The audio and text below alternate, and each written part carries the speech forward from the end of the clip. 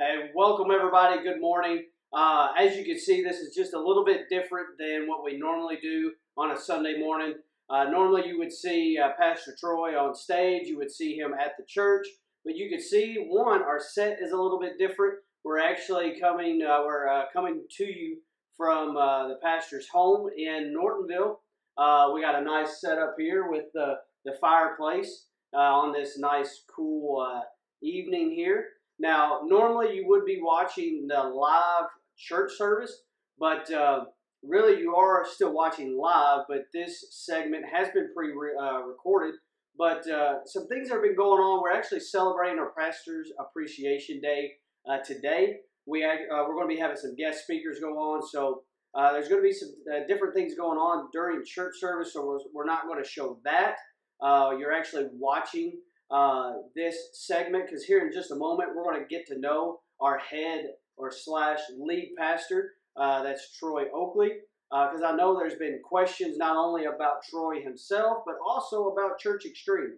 So again, thank you, and I hope you guys stick with us, because after I'm going to ask some questions just to get to know Troy, we're going to get into some really awesome important questions about Church Xtreme, because I know there's some people that still has a big question mark about the church, who we are, where we're at, and what we believe in, which is pretty easy. It's Jesus plus nothing, but I'll let Pastor get into that in just a moment. So here in just a moment, I am getting these questions, and it's almost like a spitfire. Troy has 1 minute, and I have the timer. It's actually behind camera, but I see that we have 1 minute, and I'm just going to see how many questions we can get through and how well that we can know Pastor Troy Oakley here. So again, thanks again, Pastor, for inviting us into your home and kind of doing a little bit something different, just a little bit change of scenery. But I have some questions I'm just going to shoot to you. Again, just say the quickest thing that comes to your mind. So we have 1 minute. I see where we're at. What's your favorite color? White. Yeah, right. Black. All right. What's your favorite scripture? Mark 11:23. Favorite food? Any Mexican. I knew it. Favorite time of the year? Summer. Favorite worship band? Any Hillsong product. Where would you go on a dream vacation? Since I'm a dedicated husband, somewhere tropical like Hawaii maybe, but if it was just for me, probably back to New York.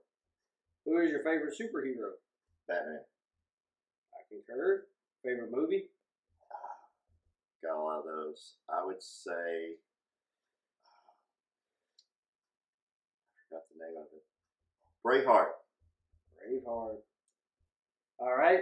I know you're a man of many shoes, but what's your favorite tennis shoe? That's hard to answer. Chucks. I was kind of feeling you were going to go in that direction, which I have a pair on myself. Favorite candy? Reese's. Any form of Reese's. Favorite sport? Football. All right. It looks like we're just past a minute. Man, that was we only got through 11. Wow. I figured we'd go a little bit faster than that. But again, that's just a little bit on who Troy Oakley is. Again, we welcome everybody for tuning in. It's a little bit different if we still have people kind of getting in and tuning in, per se. Now, we are live, but this is a pre-recorded video that we actually shot just the night before. So, again, hopefully that you stay tuned, that you stick with us, because now we are going to get into some really important questions about Church Xtreme, about who they are or who we are, because I'm branded too. I wear the logo. I'm all about Church Xtreme. I'm actually more about Jesus. But again, I don't want to get too much into it because of the X and everything, because Pastor's going to get into that. So again, thanks to everyone that's tuning in this morning. Hopefully you had a great weekend, and happy Pastor's Appreciation Day to all pastors out there, especially to mine and ours as a church at Church Xtreme, to Pastors Troy and Stacy Oakley. And we're going to be having some fellowship here at the church a little bit later, and just kind of hanging out. So again, thanks for tuning in. And now we're going to get into some really important questions, Pastor, about Right. the church. Uh, so, when did Church Xtreme start? January 2013. And I believe it's either the very first or second service. Me and my wife Tara attended and have been going there ever since. It's just one of those places we knew that we were home, which we will get into that in just a minute. But who is your target member? Like, if you would kind of give us a almost just like a description on basically who are we targeting here at Church Extreme? Well, one of obviously our ministry, as you know, our style, our product, for lack of better words, is really geared toward more of a 40 and under type of audience. But we do have a lot of folk that have went past that mark, and I'm one of them, and so is she, my beautiful wife over here. But we're young at heart, and so it's not just about age, although most of the extreme people tend to be a little bit younger than my age. We're very grateful and thankful for some of the ones that have had a few more birthdays. It's the way I like to say it. But our biggest target is people that just don't like church. They don't like what I call the system. And that's no disrespect to a denomination or any church at all. But you know, Jesus dealt with a religious system, and I have found that a lot of people, and again, I'm one of those as well, was just burnt out on church, and they just want Jesus, and they just want to be able to have a good time during worship. And one of the things we say is, you know, we don't have a rule book, and we don't have a hidden rule book. And a lot of churches and that I went to many years ago, I was just hungry for God, and I just wanted to visit and go wherever. And I by no means mean this in a critical way toward any particular church. I probably couldn't even remember most of the church's names. Me and a couple people would just like go to church every night, literally for several weeks. We did this, and but I would go to a church, and for example, this one church I went to, I was in the suit and tie day, nothing wrong with that, and I realized that they didn't believe in wearing ties. Now I took my tie off, but there was no book, there was no playbook to go by, and that's one of the things we wanted to create, just an environment that we believe that heaven's going to be like. You come as you are. We don't care how you look. We don't care how you dress, and just we're about Jesus. Which I know we're probably getting into it, but I don't want to get too far ahead. But one thing the more that I attended, the more that I kind of bought into the true, I guess you could say, true word, and we embrace the grace. And what I mean by that is, no, we don't go and we feel like we can do anything. The thing is that the church is we realize that we're not perfect people. Absolutely. And we can't, and even in the Old Testament where people were, you had the law per se, even God himself knew that man alone could not follow the law that he even had written down. Of course, we don't want to get too far into it, the reason why he sent Jesus and what. But the thing is I love that about Church Extreme is even you, everybody else know we're flawed. We're not perfect. Yeah. We never will be a perfect people.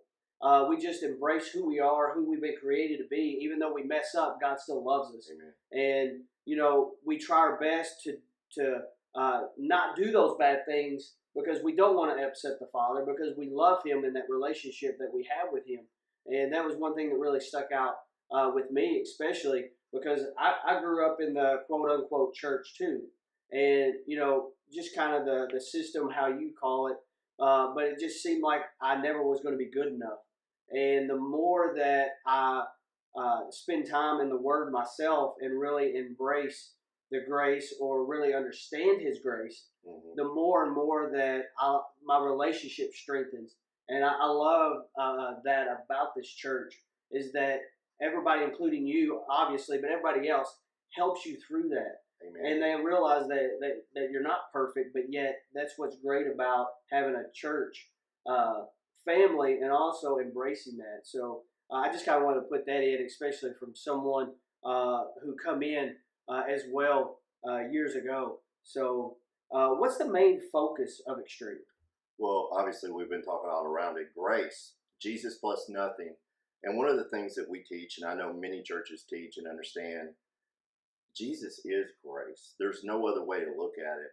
And we don't believe you can balance grace. We don't believe you can balance Jesus. I mean, who's going to tell Jesus, "Hey, Jesus, we need you to stop healing people. That's too many," or "We need you to quit showing so much love to these people that are caught in sin," because that's why he came. He came to fulfill the law, and at the same time, he didn't break the law. And one of the things that I was thinking about is the divine order. I know I use that terminology a lot, but there is a divine order in Scripture, and in several places, even in Ephesians 2, I believe it's verse 8, where it tells us that we are saved by grace, then through faith. But there's a divine order there. There's a reason that in the Bible it says that grace came, and it teaches us, Jesus, who is grace, that grace then truth, not truth then grace. And I know we say this all the time, but I'm going to keep saying it. Grace without truth is meaningless. You have to have truth. The word, his word is the final authority. But, truth without grace is just mean. And I want to clarify so nobody takes anything I said earlier wrong. There are a lot, and I say this on a regular basis, of wonderful churches all around us. We don't think, hey, everybody needs to be at Extreme. We're not that way at all. In fact, we've told people literally not long ago, hey, I don't think this is really going to be a fit for you. Not to be mean, but we understand there's different flavors for different types of people. And so I just believe there's a divine order in Scripture, and that we are an extreme church, and we believe in an extreme Jesus, and we are all about the grace, not the bass, although we have an awesome bass player. But yeah, it's Jesus plus nothing.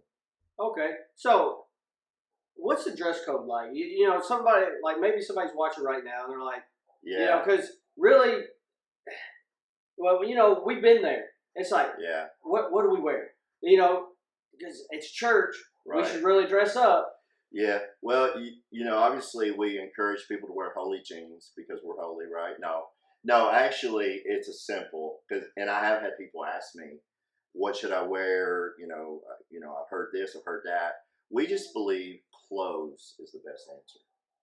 And I've seen people in ties. Right, I've seen people in shorts and hats. right, I'm one of them. But the thing is, that's what I like about Church Extreme is, you we don't look at what you're wearing. Now, of course, sure, within reason, right. but you know, Come as you are. Just exactly. come on with your bad self. All right. What if I don't believe everything exactly like Extreme? That's one of my favorite things that I'm kind of stuck on right now. Because as you know, I commonly will say, or whatever ad we're running, most of the time it'll say, you don't have to believe like me to belong, or believe like us. Another bad experience I had growing up in different churches and in the system was it seemed like you have what I call cookie cutter Christians. Everybody dances a certain way, shakes and bakes, and we're not against any of that. But we want diversity, not just different races, but we want the different talents and the arts, and we want people to be able to express their love for Jesus. And we just don't want everybody to look the same, act the same. We're all about culture. We believe we need to be in culture to change culture, and not let culture change us. We believe in invading and impacting our world, go in, but also change it. And that's why we believe what Jesus taught us. We're salt. Sometimes we need to shake the salt, but we also believe we're light because the greater one lives in us. We are the light of God to so many people. And so I just, I hope people can hear our heart. I know sometimes people that come from a church background, and this is no hate on any denomination, But if they come from more of a quiet atmosphere, Extreme's a culture shock. But we were never creating this experience to reach church people necessarily, but really those that have been hurt, bruised, wounded, and those obviously that don't know Jesus. Obviously, it's for a certain what we would say demographic. Right.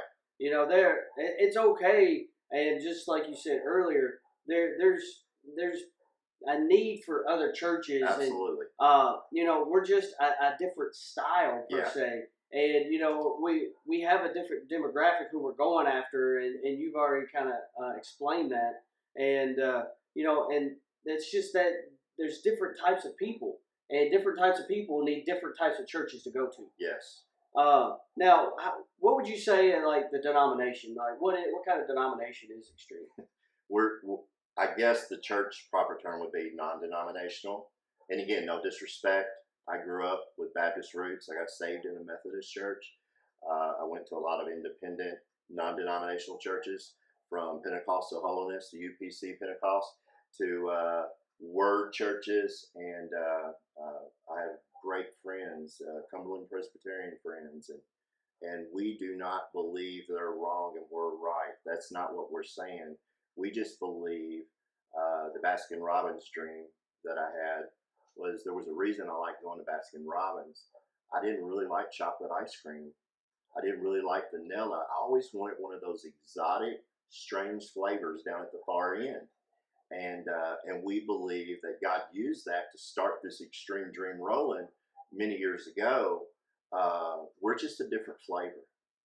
We're still all about Jesus. We believe in heaven. People need Jesus or they're not going to heaven. We believe in hell, that without Jesus, that's where people will spend eternity. And so, but as far as dress codes and hidden rules and how we baptize, that's a big thing in this area. Do you baptize in the name of Jesus or the Father, Son, Holy Spirit? And then you got these groups going at each other. Man, I'll be honest with you. I'll baptize ever how they want me to. I just want to get people to Jesus. I don't think it matters if you say I'm a UK fan or I'm a Louisville fan, although I'm pretty sure they don't go to heaven. But anyway, but you know what I'm saying. Like, I think the emphasis always was about getting people to the Father. He's a good, good Father, as the song says. It's all about His grace. That's it. It's Jesus plus nothing. Now, okay, say you have a family that comes that has been coming faithfully for a long time, and they join the church. Uh, you know, Basically, how can they get involved? I mean, once you come, I mean, are you able to get involved in the church? Absolutely. And I'm not saying there may not come a time where we have to have classes for certain things. Obviously, when it comes to nursery, you really need to know the people. When it comes to kids' church, without getting into all the legal things and horrible things that are going on in the world, we still understand that the Bible teaches us to have wisdom. And but we're very big. I was just talking to some people a few hours ago. I was at an event in White Plains, and they wanted to know, literally asked me, could they clean the church? And I'm like, of course not. We got to do a background check first. No, like, but you follow what I'm saying, like, absolutely. But to me, that's wonderful that, and they haven't really been coming that long. They've been coming a minute, but they want to help. And I personally believe, and I know Stacy agrees with this as well, when you put your hand to something, it's like you're setting something in motion. I know you've talked about this and preached on this. You become an investor, rather, or what's the old thing we used to talk about? An owner instead of a renter. Owners have responsibilities, and it just helps you to become a part of the family, the community at Xtreme. Now, you had mentioned just while you was just talking about that as a kids ministry. Does Church Xtreme have like a kids church or a children's ministry? We do have kids church. We will have some youth events coming up. And of course, we have a nursery. We're actually working on that. I was just talking to someone a few days ago about, we really want to get it to where we always have people working in the nursery because, as you know, because you have a new one, there's going to come a day. Now, right now, I know Tara is going to hang on. I call him Jason Jr., but but she's going to hang on to that little one. But there's going to come a moment where she's like, "Dear God, is the nursery open yet?" And and we're working on that. And, you know, being a new church, because we are fairly new, and we've moved slow on purpose, but we feel like we've hit a moment where we're supposed to accelerate. And so, yes, absolutely. We have kids' church, we have kid activities, we have youth activities. We got some things in the works right now that I don't want to say, or somebody will try to copy us because we got, you know, people. I'm just kidding. Not really. We know who you are. But yeah, we want to reach all people, and especially our young ones. Yeah, one of the biggest questions too. Why White Plains? You know, I've asked God that multiple times. I'll be the first to admit I didn't. When I left Hopkins County, I never wanted to come back except to visit family, and that is a true story. When God began dealing with us several years ago now, we'd been in Hopkinsville a little over 14 years at that moment. I ended up saying 14 and a half. I was working in the business world and pastoring at the same time. And long story short, God began dealing with me. I was in Madisonville at a funeral home, and I began to see people that I knew, but I couldn't put the name on it. And I'm not great with names anyway, but it was different. It was real fuzzy and cloudy, and it really bothered me because I thought, man, these are my people. These are kinfolk, honestly, I was pretty sad that day. In fact, I can't remember who it was, but somebody said to me, "Oh, I'm so sorry," because you know I was at a relative's funeral, and I'm like, "No, I'm happy. I know where they're at." And I just couldn't explain, but I knew God was dealing with me. When I shared it with Stacy, she knew it was God because I'd always said, I'm not going back to Hopkins. You know, never say never. So now I say I'll never own a nice place in Manhattan. I'll never own big, yeah, right. But I knew it was God knocking. I knew I didn't want it to be God, but I knew it just felt right. My father in law, who's in heaven now, had told me years ago that he felt like God was going to use me in this area. And honestly, I told him, okay, whatever. But I had to apologize to him. And I am so glad I got to tell him before he went to heaven, hey, you was 100% right. And of course, he just looked at me and he said, I know, you know, which that was how he was. But it wasn't that he was trying to get his daughter back here. I really believe God even revealed it to him and several others. One lady prophesied to me on a Wednesday night. She come in, put the chair out, told me to sit down in it, and Sister Agnes, who many people know, and the gist of the word was God is sending you back to your own people. And so, and a lot of other things happened that we'll leave out. I knew I had to come back. I assumed that meant Madisonville because they tell me it's the best town on earth. That's what the sign says. I don't wear the T-shirt, so I don't know. I love Madisonville too, but I just assumed, and we all know what that word can work into. And but somebody in the church said, "Hey, there's a little building in White Plains." And little did I know it was called White Plains Holiness Church. And a lot of people don't know this. Here's a fun fact. I actually pastored a holiness Pentecostal church. So I am a holy roller. And at the same time, you could spin it the other way. We were calling it Church Xtreme. Legally, on paper, we were two churches at once. And the Bible does say a double-minded man is unstable in all his ways. So maybe this whole thing is nuts, but I know Jesus is in it. And when I pulled in that parking lot, Jason, and all joking aside, I told my wife, there's just absolutely no way. This is a church building. I don't fit this. And she basically, I can't say everything she said. You know, you guys, we got to pray for her. She, you know, she says a lot of things. I don't think it's praying. I'm kidding. But she said, be quiet and get out of the car. And as you know, we ended up, because of another brother in a situation, being very blessed to take that building over. And over a period of time, God blessed us and moved on another ministry to sell us my Bat Cave or the Xtreme Center. And but God knew all that was going to happen. And I can honestly tell you now, I love White Plains. I love the people. I love Nortonville. I love even St. Charles. No, I do. But I love this area. There's nothing like being where you belong. And that's how we ended up there because God said so. Where did the name Xtreme come from? Because I know I even tell people like, "Where do you go to church?" I go, "Well, I go to church Xtreme." I'm like, "Where's that?" People's like, "And it's called what?" Yeah. So where did the name Xtreme come from? All right. I got to go real fast. I know. Here's what happened. So when I was traveling and pastoring at the same time, I was very blessed. They would let me be home on the weekend, so I was able to pastor. Uh, I was in LA. I spent a lot of time in LA, and one of the companies we bought was called Xtreme with an E, like most people spell it. At the same time, the singing show was a hot show, the X Factor, and it just so happens I was in LA at the time that the X Games was in town. You know, these crazy cats flipping on their bikes and stuff I wished I could try. But and I had a routine. When I would land, I would text my wife and say, "Hey, I'm here." But she knew that I wouldn't call her until I either got to the hotel or I literally got to the office. This particular day, there was a big meeting, so I pull into. I was over near Compton.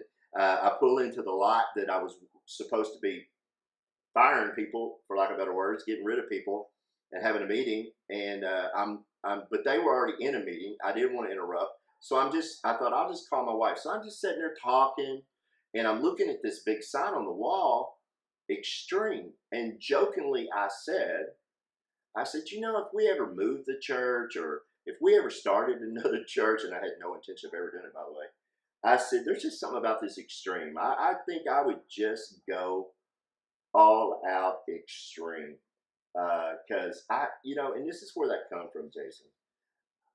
You hear me say this all the time, but if we're going to say he's a healer, then we need to lay hands on the sick and watch miracles happen. And that's why, you know, Paul the apostle gets me stirred up, and I know I got to hurry, but Paul would say, I don't come just to preach to you or tell you how amazing God is, but I come to show you. I'm going to run devils out of your body. I'm going to run, you know, Paul demonstrated. And we felt like that church needs a shock, so to speak, a wake up. And again, I'm talking about Troy and what church was going like in Hopkinsville. We're not talking about any church. And I think most pastors would agree, hey, man, we all need to see what we say that's on the menu. Because as we say, no restaurant's going to survive if it advertises prime rib on Friday night or Saturday night, and every time you go, well, we're out this week. Well, you might give them a mulligan once or twice, but eventually you're like, you know what? I don't care what they say, right? And so we just felt like there needs to be something more extreme done, that it's not a Pentecostal thing or a word of faith thing. It's a Bible thing. And you know, one of the terms is Bible Jesus. We need to see Bible Jesus, not some of this church Jesus I've been seeing lately. I need to see Bible Jesus, the manifestation of the glory of God right in front of us. And that's what I believe he wants to do. What would be one thing that you would say that would surprise me about Xtreme? If you've never been there, the first time you walk in, you're going to be like, I can't see. It's very dark. Don't have time to explain that. We didn't paint it black, but everybody relax. It was already black, but we do like the black. It's loud. And most of the time, it can be crowded. The funny thing about that is God spoke to me years ago. I was actually at a Hillsong United concert that you was freezing at. And I didn't hear a voice. I don't get all these voices that some people get, and maybe God knows I would jump off a bridge. You know, it might scare me too much, but inside me, I heard the Lord say, "I'm about to show you something at Xtreme." He said, "You're going to be known for three things as far as the experience when people walk in." He said, "It's going to be dark, it's going to be loud, and it's going to be crowded." Now, the funny part of that story is, back then when he spoke that to me, oh, we had the darkness down. That was pretty easy. And we always had, I mean, in that building, in the cave, it's always loud, but we didn't have a crowd. And don't get me wrong, we got a long ways to go. And I don't really like to refer to people as a crowd because I believe it's a community. And God loves every one of us and every person that walks in any church. But I see us more of, instead of saying, hey, we're a crowd, we're a family. You know, we need to have each other's back. So, but I think the loudness, if somebody's ever been to a concert, they might think, hey, this is like a concert. It is. It's an extreme Jesus grace movement. All right. And I know we only got a couple minutes. I got two more questions. What's this? this welcome home thing. I know as soon as you walk in, you look up right above the stage. There's a really huge banner that says "Welcome Home." What's the just? I know quickly, but what's the Right. story behind that? The fastest version is several years ago. I was with my son in New York City, and at this church we were at, they had this huge banner that said "Welcome Home." I thought it looked cool, but I wasn't thinking anything about it. My son, my favorite man child, my oldest, who says that he's not my favorite, Josh, he said, "Dad, we need that banner. We need a banner like that." And I'm like, "Son, I guess that would be nice, but we need other things right now. We need this for the sound. I'm thinking of the 20 or 30 things that any pastor or church leader is always thinking of you need, and a banner really wasn't on the list." But Joshua said, "Dad, he wouldn't leave me alone about it." And when he saw I wasn't going to budge, he took it upon himself to go see Miss Carol Grove. Shout out to Carol. She does an awesome job. And he paid for it and had it made. It's like, okay. And without getting into it, the reason I wanted to hang it up is a lot of times people do come in late, especially at Xtreme. We're okay with that. Sometimes people don't really want this, they just want to look. And so we created an environment where that's okay. We're not going to run you down and hand you a bunch of paperwork and, like you can come and go. I mean, we have visitors all, I don't know who's a visitor and who's not, if I'm being honest. And I've proved that the hard way. But that has spoke to so many people. God used that banner to literally speak to several people. So since we're building an extreme community and we don't want to be a crowd, we want to be a family, we thought, there's our doormat. When people walk in, that's the first big thing you see. And we want people to know prophetically, we're declaring, if you're looking for a home, welcome home. Awesome. And this is the last one, and you've also have preached on it as well as kind of one of your titles and one of your sermons. But I know sometimes we're described as that church. Yeah. What is that all about? Well, I have to be careful so nobody figures the whole story out, but because we don't, we knew we were going to be a target. X marks the spot, right? We have seen a few eye rolls, and we actually had one gentleman that was getting his hair cut, and a very well-meaning Christian brother asked him where he went to church, which there's nothing wrong with. That's a good starter up sometimes to find out if somebody even believes in God or if they need a church. And he got the old eye roll when they found out where he went, and there's been a few others. You go to that church, and so at first I thought, if I'm being honest, I never got upset over that. I was like, praise Jesus. That's what we meant to do. Finally, I actually have part of my vision working here. And so we use that a lot because, and even in Acts, Peter, he said, look, these people aren't drunk like you think, but this is that. And so, and he wasn't calling the Holy Spirit that. He was calling that experience that they were seeing that. And so Xtreme is that church that said, you know what? We're not Baptist. We're not Presbyterian. Nothing wrong with that, by the way. In fact, we have a lot of Baptists. We have Catholic. We have heathen. We have even, and this is a miracle, we have a few Louisville Cardinal fans in the bill. I used to have one, and they spread. It's like sin. But anyway, and I'm sorry, Louisville people. I love you, and you're welcome, but it's a UK building all the way. Yeah. But in all joking aside, we took, I guess, a negative and took it as a compliment.